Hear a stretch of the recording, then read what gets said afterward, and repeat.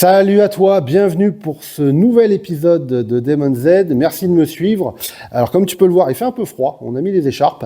Alors pourquoi je fais une vidéo dans le froid comme ça? Parce qu'on est entre Noël et Jour de l'An. Et pour clôture l'année 2024, pour la finir en beauté, je vais vous partager une dernière vidéo qui est le démarrage du moteur de la Demon Z suite au swap qu'on a fait. Alors ce démarrage a été fait au mois d'août, on est arrivé épisode par épisode jusqu'à ce moment-là, au mois d'août, mais ne vous inquiétez pas. Pourquoi je fais cet épisode maintenant?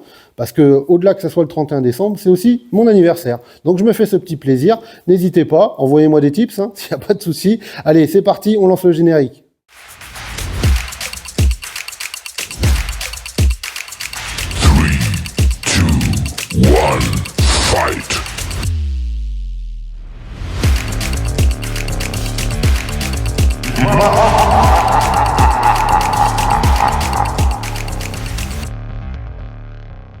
Ça y est, toujours là. Alors, pour commencer cet épisode, d'abord, je voulais vous remercier parce que l'épisode numéro 7 précédent, qui était sur l'installation du kit carrosserie Rocket Bunny et la peinture, enfin la livrée en vue rouge comme ça, la vidéo a plutôt pas mal marché. Là, elle est à 1800-1900 vues, ce qui n'est jamais arrivé sur ma chaîne. Donc, merci à vous parce que c'est grâce à vous qu'on en arrive à ce résultat-là. Et en plus, j'ai de plus en plus d'abonnés. J'ai dépassé la barre des 300. Je suis à 380, je crois, à date. Donc, merci à vous. N'hésitez pas à continuer, partager et on va avancer sur ce sujet. Allez. Donc, dans cet épisode, on va parler du démarrage du moteur, mais pour faire le démarrage, au-delà de l'aspect mécanique, il y a la partie électricité et la partie carburant, que je vous ai rapidement parlé dans les épisodes précédents, mais là, on va en parler en détail. Et je profite justement qu'on soit entre Noël et Nouvel An pour avoir un cadreur professionnel qui n'arrête pas de me suivre et qui est là pendant les vacances, c'est mon mini-moi, qui essaye un petit peu de faire du cadrage. Non, c'est pas... Voilà, on ne bouge plus, merci. On va y arriver. Moi, il n'est pas payé, je l'exploite à un max, vous savez, c'est comme ça. Mais bon, allez, on continue. Donc, sur la partie du démarrage du moteur, qu'est-ce qu'il a fallu faire? Il a fallu faire la partie faisceau électrique. Parce que lors de la restauration de la voiture, j'ai supprimé tout le faisceau électrique de la voiture. Tout le faisceau, parce que je l'avais mis à nu, etc. Et le faisceau de la Datsun, il était un peu vieillot. Donc, j'ai décidé de refaire un faisceau complètement neuf. Un faisceau électrique de voiture, ça se fait pas comme ça. Il faut prévoir le nombre de circuits à alimenter sur la voiture. C'est quoi le nombre de circuits? C'est une alimentation pour les clignotants, pour les phares, pour la pompe à carburant, etc. C'est un certain nombre de circuits. Donc en fait, aux États-Unis, ils ont déjà prévu des faisceaux tout faits, en fait des faisceaux dits universels, parce que là-bas, quand ils font des hot rods, ils refont tous les faisceaux électriques de ces véhicules-là. Donc ils prévoient un faisceau électrique avec un certain nombre de circuits en fonction de ce qu'ils ont besoin de faire. Parce qu'il y a la clim, pas la clim, l'allume-cigare, les clignotants, le faisceau... Enfin, il y a plein de choses à voir. Donc moi, j'en ai profité, j'ai trouvé quelque chose aux États-Unis. On va aller voir ça tout de suite. Alors, j'ai plus la boîte, c'est dans la voiture, on va le voir. Mais en fait, voilà. Vous pouvez voir ici, directement. En fait, c'est quoi ce faisceau? C'est la boîte infusible qui est là, directement. Et là, on voit la partie instrument et dash. Alors, instrument, c'est les manos, etc., l'alimentation, les clignots et autres. Là, on a la partie ignition, là, l'arrière du véhicule, là, l'avant du véhicule. Voilà, c'est un faisceau qui est déjà complet. Vous voyez, tout est repéré à ce niveau-là, avec des numéros, etc. Moi, j'ai dû adapter parce que forcément, c'est prévu pour une américaine. C'est prévu pour un certain mode de fonctionnement. Et alors, je vous rappelle que les américaines, à l'arrière, ça clignote rouge, et c'est la veilleuse qui clignote rouge, donc il y a des petites modifications que j'ai dû faire, etc. Donc en fait, ce faisceau, je l'ai mis directement dans la voiture. Donc le faisceau électrique, à la base, dans le véhicule, il est en bas à droite. Moi, ce que j'ai fait, je l'ai placé au milieu. Bon, j'ai pas encore installé, mais là, en fait, vous voyez, il y a la boîte. Directement, on enlève. Je vais y arriver. Il n'est pas coopératif. 12 seconds later. Hop. Voilà, c'est la boîte à fusibles. Petit fusible, nouvelle tête, avec les micro-relais qui sont à l'intérieur. Et comme vous voyez, ça gère quoi? Ça gère les clignotants, ça gère le ventilateur, etc. Enfin, il y a tout ce qu'il faut. Donc moi, je l'ai positionné à ce niveau-là. J'ai tiré mes câbles un peu à droite, à gauche. Vous voyez le faisceau qui va à l'arrière ici, par exemple. Et j'ai fait aussi ce petit boîtier qu'on va aller voir en détail. Alors pourquoi j'ai fait ce boîtier que vous voyez sur le côté? Parce que au-delà du faisceau électrique d'origine un petit peu que j'ai récupéré, c'est l'alimentation de base du véhicule. C'est quoi? C'est l'éclairage, c'est les clignotants, c'est le ventilateur, c'est les choses de base du véhicule. Moi, il a fallu que je prévoie quelque chose supplémentaire parce que j'ai un moteur récent qui est livré avec son faisceau et son écu, c'est ces deux boîtiers de gestion d'alimentation. Mais il faut voir aussi la partie alimentation de cette partie-là et surtout la partie pompe à essence. Donc en fait, j'ai fait une boîte relais, si on peut dire ça comme ça. Donc qu'est-ce que j'ai fait? J'ai regardé ce qu'il me fallait. Il me fallait une alimentation générale pour l'écu. C'est l'EQ Master, c'est le boîtier général qui contrôle le moteur. J'ai un boîtier supplémentaire que j'avais parlé précédemment, c'est le VVEL, spécifique à Nissan. C'est un peu le VTEC, hein, mais version Nissan, c'est la gestion de cam un petit peu à ce niveau-là. Donc il y a deux boîtiers alimentés, le démarreur, bien évidemment, et deux pompes à essence qu'on va aller voir, parce que j'ai une basse pression et une haute pression. Donc qu'est-ce que j'ai fait? J'ai préparé des relais directement avec une protection d'alimentation. Donc, il y a la commande d'un côté, il y a la puissance de l'autre. C'est basique. J'ai fait ça propre. Je vous montre ça en image. Vous allez voir, c'est plutôt bien fait. Je me suis embêté. Donc, j'ai fait une plaque en plastique PVC noir, si vous voulez, là-dessus, pour le côté isolation. J'ai placé mes relais et j'ai passé directement mes protections électriques. Donc, une fois que j'ai positionné ça, mais bon, j'ai voulu quand même aussi terminer la partie tableau de bord parce que je ne vais pas y revenir sans cette fois dessus. Donc, qu'est-ce que j'ai fait? J'ai validé la partie alimentation des manos, parce que rappelez-vous, j'ai changé tous les manos. Donc, j'ai fait une alimentation générale que j'ai repris dessus, etc. Et en fait, je me suis amusé aussi un petit peu avec avec ça, parce que je vous avais montré que la première partie, mais en fait, c'est ça qu'il faut voir, c'est que il y a les parties alimentation des manos, il y a la partie alimentation générateur, enfin, il y a plein de choses. Il a fallu que j'adapte. Donc, en fait, c'est mon petit cahier de notes. Là, c'est des secrets professionnels, on va pas montrer, alors c'est pas dans le bon ordre. Mais voilà, c'est qui va où, qui fait quoi, dans quel relais. Alors, faut avoir un peu de compétences directement, mais aussi sur quoi je me suis le plus amusé, on va dire, c'est le Komodo. Parce que j'ai gardé la partie instrumentation, ça paraît pas grand-chose, hein, les pleins phares, les clignotants, les choses comme ça, mais ça avait un certain mode de fonctionnement pour les électromécaniciens, techniciens ou électrotechniciens que vous êtes peut-être dans ceux qui m'écoutez, vous allez comprendre ce que je veux dire. C'est qu'on est peut-être en fonctionnement sur du négatif au niveau de l'alimentation alors que c'est en positif. Et donc moi, il a fallu que je revalise un petit peu tout ça. Donc tout ce que j'ai fait, c'est que j'ai pris mes Komodo, voilà, et j'ai refait tout mon faisceau. J'ai repensé en fait le fonctionnement de tout ça. Alors regardez, hop là, qu'est-ce qu'on a? Là, on a la partie clignotant. Ce que vous avez derrière le volant, là, avec le fonctionnement, c'est de ce côté-là, le fonctionnement du moteur d'essuie-glace, qui d'ailleurs a été remplacé. C'est un peu un Frankenstein, cette voiture. Parce que le moteur d'essuie-glace d'origine de la Datsun, il était à 2 vitesses. Voilà, il n'y avait pas de position intermédiaire. Et il était très lent, très fatigué. Et en fait, il y a une modification qui se fait assez facilement. En fait, j'ai tout simplement installé un moteur d'essuie-glace avec son fonctionnement de Honda Civic de génération 92-95. C'est un peu un Frankenstein. Mais bon, voilà, petite parenthèse. Donc en fait, j'ai pu faire le fonctionnement. J'ai refait directement des cosses. Vous voyez, c'est des petites cosses qu'on peut sertir avec le fonctionnement de l'époque. Alors ce qui est marrant, c'est que j'avais exactement les mêmes cosses. Ça, c'est celle d'origine. Et ça, c'est celle que j'ai remplacée. Il y a les formes qui sont un peu identiques. Donc j'ai refait mes faisceaux. Ça reste démontable, il faut que ça puisse rester démontable. Et donc, j'ai fait le test, j'ai fait le fonctionnement, c'est nickel. J'ai mes clignotants, j'ai mes phares, j'ai mes pleins phares, j'ai mes 3 positions de moteur d'essuie-glace. En fait, on revient au fonctionnement d'origine.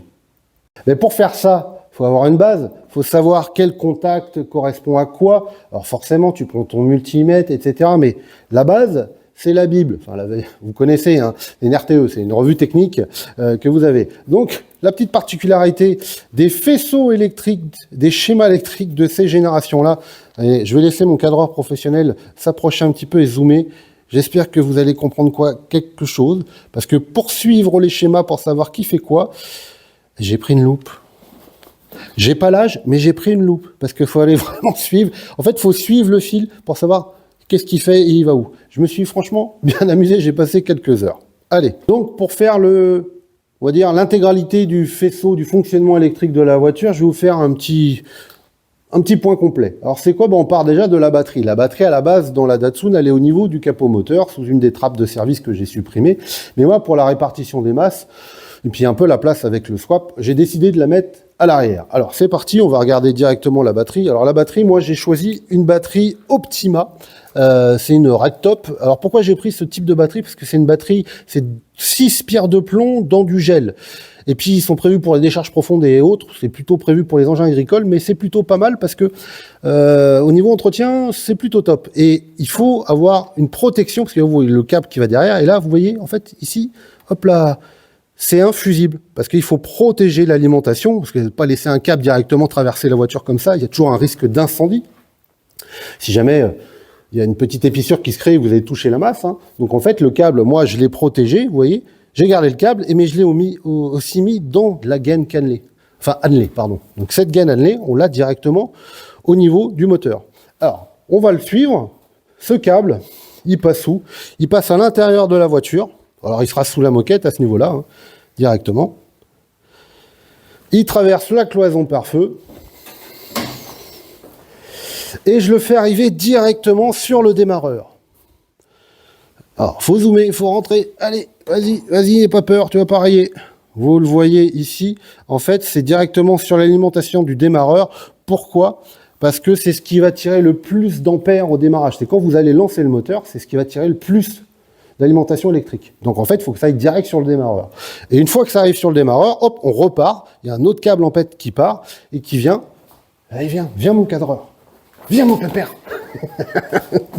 Il va me taper après. Parce que accessoirement, il fait un peu ma taille le machin. Mais je risque d'avoir mal moi si je continue à faire des conneries. Donc voilà, blague à part. En fait, l'alimentation électrique, je la fais directement arriver sur un boîtier de dérivation. Alors, je vais pas dévisser, mais en fait, c'est simplement une alim complète ici. Et puis, en fait, je repars sur différentes alimentations. Voilà, on voit en même temps le petit régulateur de pression d'essence. Et donc, après, j'arrive directement, on va pas retourner dedans, mais on arrive au niveau du tableau de bord et on arrive sur le fameux boîtier que je vous ai montré sur le côté que j'ai fabriqué, qui en fait répartit les alimentations électriques. Donc je vais alimenter le nouveau faisceau électrique de la voiture et je vais alimenter aussi le boîtier de répartition qui va alimenter mes pompes à essence et le boîtier EQ et VVEL du nouveau faisceau moteur. Donc là on parle d'électricité, donc j'ai pu faire valider un peu le fonctionnement. Et donc, pour démarrer le moteur, il faut quand même vérifier un peu le fonctionnement de toute cette partie-là. Donc, vous le verrez hein, sur les vidéos que je vais intercaler sur ces explications. J'ai dû déjà vérifier le bon fonctionnement électrique de toute cette partie-là. Une fois que j'ai vérifié le bon fonctionnement et qu'il n'y a pas de risque d'incendie, de bonnes alimentations et autres, en fait, il a fallu que je vérifie aussi, c'est la partie alimentation en carburant. Pour rappel, je vous avais parlé tout à l'heure de 2 pompes à essence. Pourquoi? Parce que j'ai prévu un réservoir d'essence principal avec une alimentation basse pression qui va dans une cuve tampon et qui est alimentée après par une pompe haute pression. On va revenir, je vais vous le montrer directement là-bas. Je l'ai démonté parce qu'en fait, je vais modifier cette partie-là parce que ça me plaît pas. Il y a trop de raccords à l'intérieur de l'habitacle et je veux pas de risque de fuite d'essence. Donc je vais modifier un peu tout ça. Je vais changer le réservoir parce qu'à la base, c'était ce réservoir-là. Et on alimentait par en dessous, ça c'est une pompe basse pression, c'est un peu l'équivalent d'une pompe facette, mais c'est une version américaine. D'ailleurs ça je le vends, s'il y en a qui sont intéressés. C'est une pompe basse pression avec un filtre 100 microns. Donc avec cette pompe basse pression et le filtre, on alimentait la cuve tampon. Et là on a une pompe à essence, une Bosch, une 044, donc c'est la pompe à essence haute pression qui alimente directement le moteur. Enfin, du moins, le régulateur de pression d'essence. Donc, je vais vous montrer dans la vidéo. Alors, je vais couper le son. Hein, je serai là en train de vous expliquer en même temps ce que je fais. Donc, c'est pas grave. Je vais vous montrer. Donc, en fait, là, vous voyez directement, je suis en train de vérifier le bon fonctionnement de mon faisceau d'alimentation d'essence. Donc, j'ai tout simplement mis en route la première pompe à essence basse pression. Je vérifie qu'il y a une bonne circulation à ce niveau-là. Je vérifie qu'il n'y ait pas de fuite surtout. Donc j'ouvre mon réservoir d'essence et vous voyez, on voit l'essence qui retourne à l'intérieur parce que le but du jeu avec la pompe basse pression, c'est que ça tourne en rond et ça alimente directement la cuve tampon. Et là, après, je vais vérifier aussi le fonctionnement de la pompe à essence haute pression. Donc c'est cette alimentation la plus principale qui va alimenter directement la rampe des injecteurs du moteur. Mais avant, faut pas arriver à une pression trop importante. Il faut pouvoir gérer cette pression d'alimentation d'essence dessus.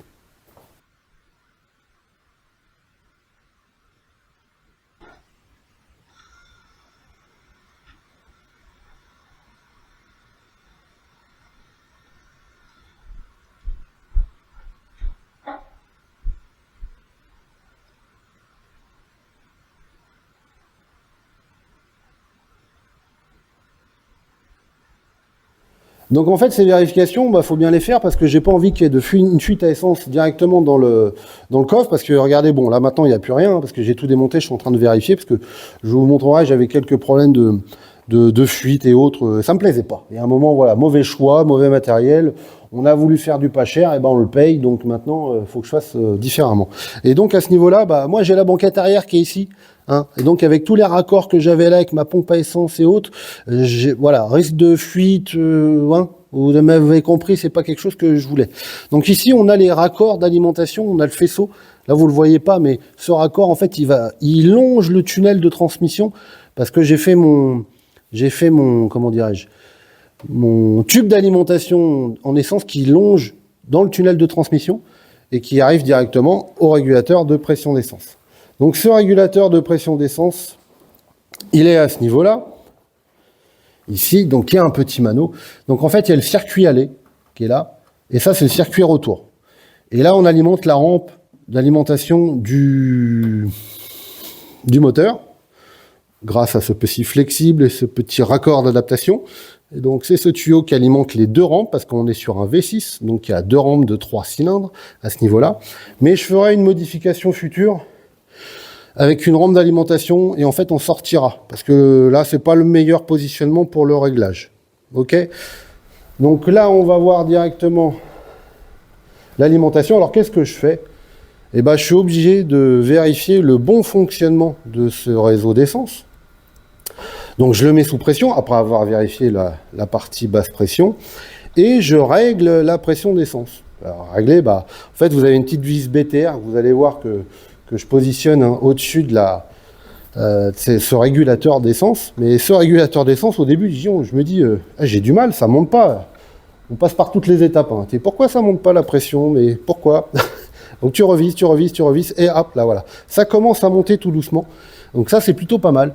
Alors, le manomètre est en PSI, mais voilà, aujourd'hui, je suis monté à 50 ou 60 PSI, c'est ce qu'il fallait pour l'alimentation du moteur d'origine. Donc j'ai réussi à régler la pression que je voulais. Je fais mes contrôles de fuite, je déverrouille mon petit raccord de fuite. Et là, c'est parti. Pour rappel, on était au mois d'août et on était un dimanche. Et vu que j'adore mes voisins, je vous laisse imaginer, parce que je veux démarrer un moteur, mais je vous rappelle, j'ai pas de ligne d'échappement. Regardez.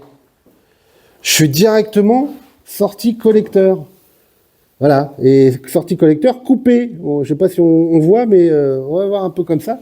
À ce niveau-là, voilà, là c'est mieux. Là, en fait, j'ai 3 cylindres de chaque côté qui sortent directement sur la cloison pare-feu, parce que j'étais obligé de couper le collecteur pour pas que ça touche.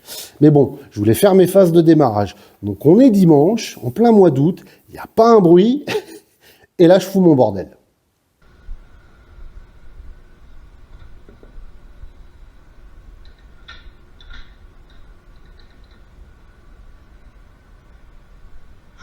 Allez, on croise les doigts.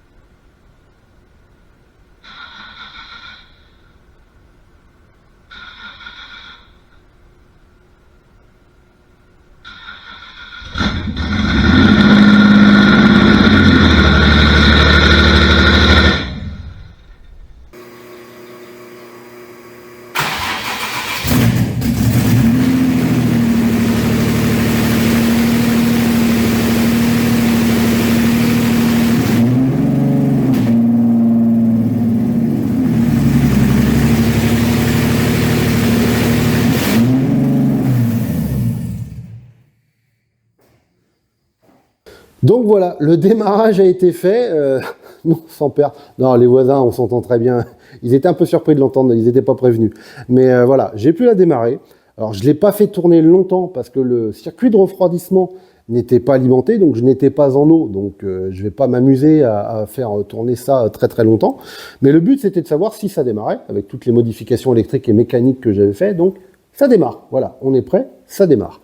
Il y a quand même quelque chose que j'étais très très surpris. Je sais pas si vous allez le voir dans la vidéo, mais regardez bien à un moment, je crois que je vais vous remettre juste ce petit passage. C'est quand je démarre la vidéo, rappelez-vous, j'ai des manots, et j'ai un manot de pression d'huile, qui est très important. Et en fait, mon manot de pression d'huile, j'étais un petit peu risqué parce que, paf, il tilte direct au max.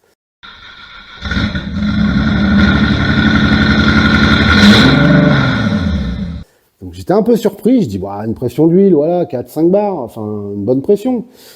Et en fait, ce que je savais pas, c'est que justement Nissan, sur ces moteurs-là, avec tout le système VVEL qu'on a au niveau des régulations de cam et autres, et ben non, en fait, la pompe à huile, elle envoie à froid quasiment du 10 bars de pression d'huile. C'est quand même assez impressionnant, mais quand tu le sais pas, tu te poses des questions sur le bon tarage de ton manomètre. Mais bon, voilà. Faut le savoir, c'est du 10 bars, et après, quand le moteur est chaud, ça commence à redescendre, et on revient sur des 6-7 bars standards.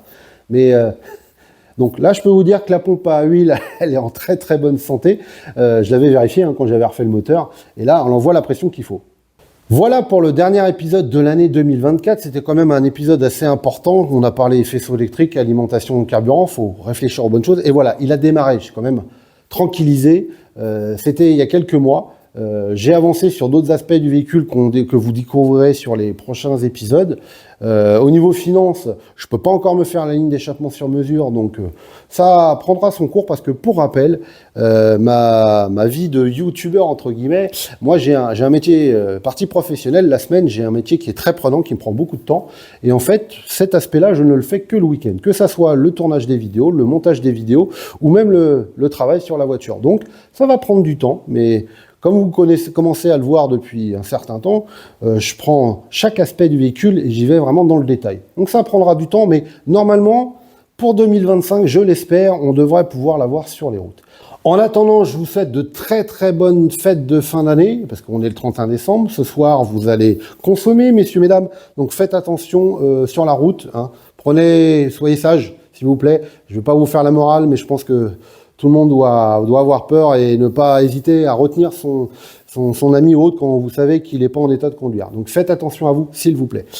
Alors, pour terminer cette année, petite annonce, le 1er et le 2 février, grâce au Street Car Crew, pour ceux qui sont en Loire-Atlantique, hein, du côté de Nantes, au parc d'exposition de Nantes, c'est-à-dire à côté du stade de la Beaujoire, il va avoir lieu le 1er et le 2 février, la première édition du Motorfest. Alors Motorfest, c'est quoi? C'est un salon un petit peu, vous allez avoir 4 zones, moto, resto, et nous on va être dans la zone Modify, grâce au Street Car Crew.